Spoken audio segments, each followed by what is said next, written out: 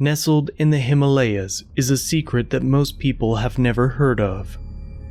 It goes by many names: Mystery Lake, Roopkund Lake, and perhaps the most ominous, Skeleton Lake. But how did this seemingly beautiful body of water earn such an ominous moniker? Well, it's not just a symbolic name. The lake is literally filled with hundreds of skeletons. When the snow melts, you can clearly see the scattered human remains clustered among the water's edge. For a tourist, the sight is shocking. For locals, it's the source of one of their darkest legends. For scientists, it's a complete mystery. Because the strangest thing about Roopkund Lake is that no one really knows how these people died. There are a few theories, however, and it's time we explore them in greater depth.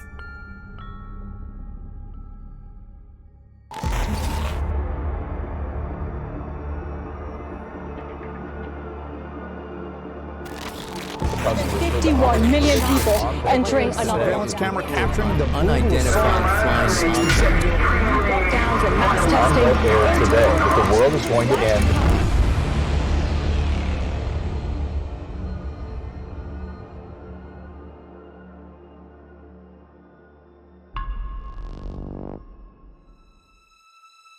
Located at almost 16,500 feet above sea level, Roopkund Lake is glacial in nature and lies near Trishul, a Himalayan mountain peak.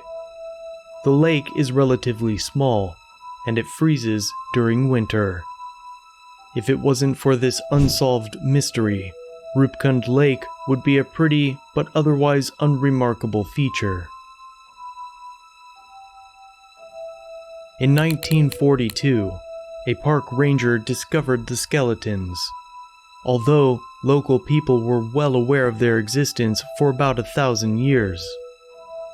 Scattered along with the skeletons were iron spearheads, various pieces of jewelry, and even leather slippers. Due to the cold temperatures, some of the bodies were partially preserved with pieces of flesh still attached. Clearly, these were very old skeletons, but how old were they exactly? To answer that question, experts had to be brought in. First, the Anthropological Survey of India studied the skeletons during the 1950s and determined that these people had died around the year 850 AD. Next, a team from National Geographic retrieved about 30 of the skeletons for further study. Recently, the skeletons were studied once again, and it was determined that some of these individuals had died much more recently, at approximately 1850. The most recent studies also determined that the skeletons come from a wide range of ethnic groups. While it's true that some of the skeletons belong to the local South Asian group, there are other remains that seem completely out of place in the Himalayas. A total of 14 skeletons were determined to be of Mediterranean descent, specifically from Greece or Crete. So why did so many people die near a tiny, seemingly insignificant lake in the middle of the Himalayas? Well, this is where it starts to get a little weird. For a long time, researchers believed that all of these individuals were killed by a catastrophic hailstorm. This matches the local legends and traditions that speak of pilgrims being caught in a sudden natural cataclysm. According to the legend, a storm was sent by a mountain goddess named Nanda Devi to punish the unfaithful. Another legend speaks of an Indian king and his wife who perished along with their attendants in a blizzard 870 years ago. At first, it seemed like the evidence supported the possibility of a deadly storm. Skeletons exhibit signs of fatal impacts to their upper bodies, suggesting that softball-sized hailstones could have utterly slaughtered these unfortunate souls. But there's only one problem. These people didn't die at the same time. As previously noted, Research showed that some of the bodies died in 850 AD, while others died in approximately 1850. In other words, the deaths couldn't have been caused by one single catastrophic event. Handfuls of individuals may have died simultaneously, but for the most part, the bodies accumulated slowly over a period of about 1,000 years. The fact that these bodies came from diverse ethnic groups also raised significant questions. Even those collectively identified as South Asian seem to originate from various subgroups within the general South Asian population. And what about the Mediterranean people? What on earth were they doing in the middle of the Himalayas? If the skeletons weren't killed by one single event, then what did kill them? One theory is that some of these people were part of a traveling group of soldiers or merchants who were caught in a storm. Some say that these people were killed by an epidemic, but scientists can't find any trace of bacterial pathogens. The problem is that Roopkund Lake is not located on any major trade route, so there would have been no real reason for people to travel through the area. The only major landmark that is remotely close by is the shrine to Nanda Devi. Recently, previous studies have been called into question. Some believe that there is no real evidence that the head injuries were actually caused by hailstones. Others say that even though some of the skeletons seem to have come from the Mediterranean, these individuals could have been living in the area for generations, and they might not have been as foreign as we think. Perhaps the most important question is not how these people died, but why they were even there in the first place. Roopkund Lake is in the middle of nowhere, so why did so many people walk there, only to die?